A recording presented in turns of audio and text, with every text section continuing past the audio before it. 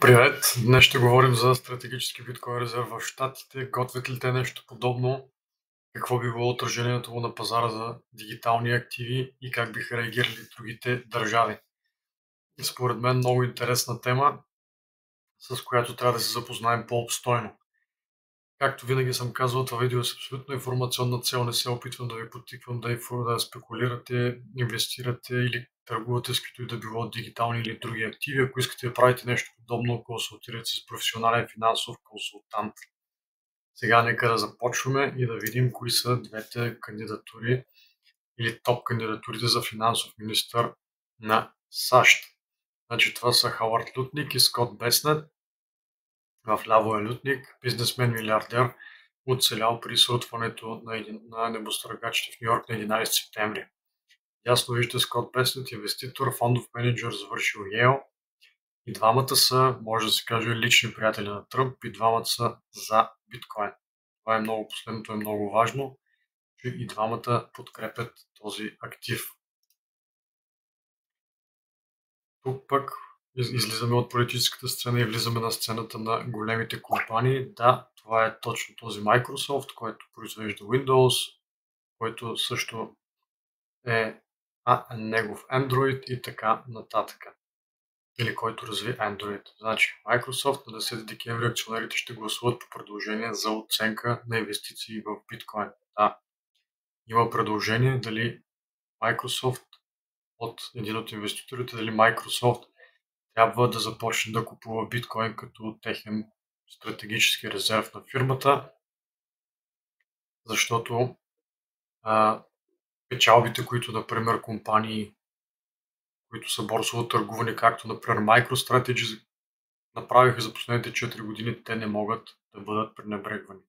Управителният съвет естествено препоръча на акционерите да гласуват против предложението. Големите компании са все още консервативни към такъв вид активи и най-вероятно като цяло по-голяма част ще гласуват наистина против.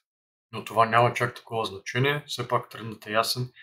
Борсово търгуваните компании вече не могат да пренебрегват биткоин, понеже завръщаемостта му, особено в последните 10 на години, е много по-добра от какъвто и да било актив, включая и мечите пазари или включая големите спадове на цената от 70-80% и голямата му волатилност. И сега нека да навлезем към основната тема днес. Това е стратегическия биткоин резерв в Америка. Може ли да се направи нещо подобно? Искат ли те да правят нещо подобно? И виждаме след избирането на Тръмп, вие самите видяхте, цената на биткоин и другите дигитални активи излетя в космоса. Значи биткоин мисля, че днес чукна, днес сме 13 ноември 2024, че днес чукна 90 000 долара. Значи Тръмп и неговото правителство се очаква да бъдат първите за биткоин управници на САЩ. Виждате, да съм ви изкарал тук от Twitter, сенатор Синтия Люмис има предложение, тъй наречения Bitcoin Act of 2024, което включва закупуване на 1 милион биткоин за 5 години. Нека отново да ви го прочета. 1 милион биткоина за 5 години. Значи речете, ако това предложение бъде прието, те ще купуват по 200 000 на година. Нека тук също да не забравяме, не съм ви го написал, но че САЩ имат около 215 000 биткоина вече от този нелегален сайт Silk Road, които те конфискуваха. Но отново повтарям, 1 милион биткоин. Де факто те ще имат около 4 до 5% от целия биткоин. Понеже много добре знаете, биткоин е фиксиран с 21 милиона, САЩ имат 1 милион от него. Това е доста голяма част само за една държава. Каква е целта? Тук цитирам отново нея, да се намали държавният дълг на половина до 2045 страхотно и да се позиционира САЩ като лидер в финансовите иновации. Значи, според мен, изказването, нейното и предложението много смело показва едно мислене наистина извън стандартната рамка. Дали ще бъде прието, аз съм доста скептичен.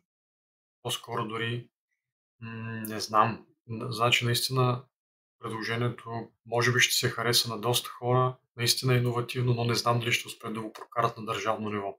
Ако успеят, евала, до 4 години ми се струва като малък период. Има доста скептици все още навън към тези активи, което пък е чудесно за нас, които ги разбираме и може би аз самия, знаете, аз съм за тези активи, аз имам позиции в биткоин и други такива активи.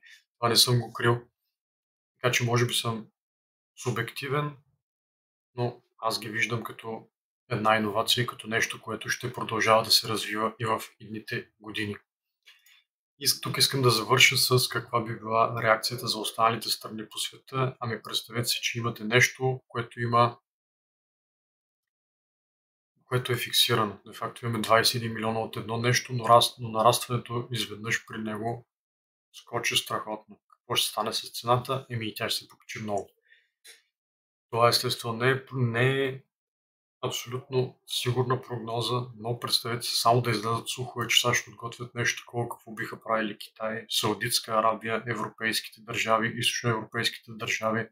Всяка една държава в света би се втурнала, ако САЩ ударят печата и кажат да, този актив е легитимен и ние ще започваме да го придобиваме и да купуваме всяка година огромни части от него. Какво смятате, че ще направят другите държави? Ще стоят, ще се чудят, и сега дали да купим, дали да не купим. Може би някои от европейските наистина са така, но доста голяма част от тях, според мен, дори вече са започнали да акумулират позиции.